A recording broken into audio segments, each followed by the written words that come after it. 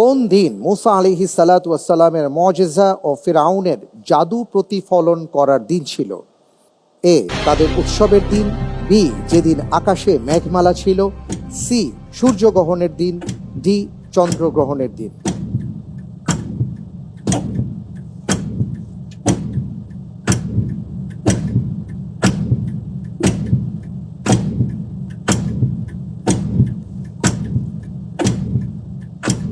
আলহামদুলিল্লাহ, আমি আল্লাহর উপর ভরসা রেখে প্রশ্নের উত্তর হিসাবে এই অপশনটি বেছে নিচ্ছি। ফ্রিজ করা হোক অপশন এ তাদের উৎসবের দিন।